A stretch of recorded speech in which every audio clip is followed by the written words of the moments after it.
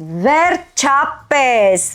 ես խոսելու եմ մի էպիկ, մի դիտարժան, մի հայկական պրոդյուսերով ֆիլմի մասին։ Խոսքս Մեղսավորները ֆիլմի մասին է, որը դուրս եկավ անցյալ տարվա սկզբին եւ հենց այդ ժամանակ արդեն պարզ էր, որ Օսկարում ունենալու է իր ուրույն եւ կարեւոր տեղը։ Մայքլ B. Ջորդանը մարմնավորում է երկորյակ եղբայրներ Սմոքին եւ Սթեքին։ Դեպքերը տեղի են ունենում հետստրկատիրական Ամերիկայում։ Դրանք բացում են ակումբ, որտեղ սևամորթները կարող են հավաքվել առանց վտանգ զգալու եւ հրավիրում են իրենց զարմիկ երիտասարդ երաժիշտ Սեմիին, որին մարմնավորում է նորահայտ ու բազմատաղանդ Մայլզ Քեյթոնը։ Ակումբի բացման խնջույքի ժամանակ տարածքում հայտնվում է մի վտանգ, որը եղբայրները չէին կանխատեսել՝ վամպիրներ։ Այո, այս ֆիլմը սարսափ ժանրում է եւ վամպիրների որսի տեսարաններ ունի, բայց ամբողջ սյուժեն փոխաբերություններով ներկայացնում է ժամանակի պատմությունը։ Ֆիլմի կորիզը ԱՄՆ-ում ապրող տարբեր համայնքների մշակույթ ու կենցաղ կիսելու հավերժական խնդիրն է։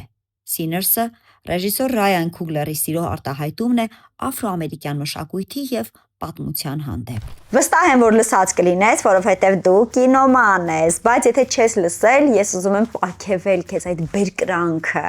եւ ես հայտարարել, որ Մեղսավորները ֆիլմի պրոդյուսերը հայազգի է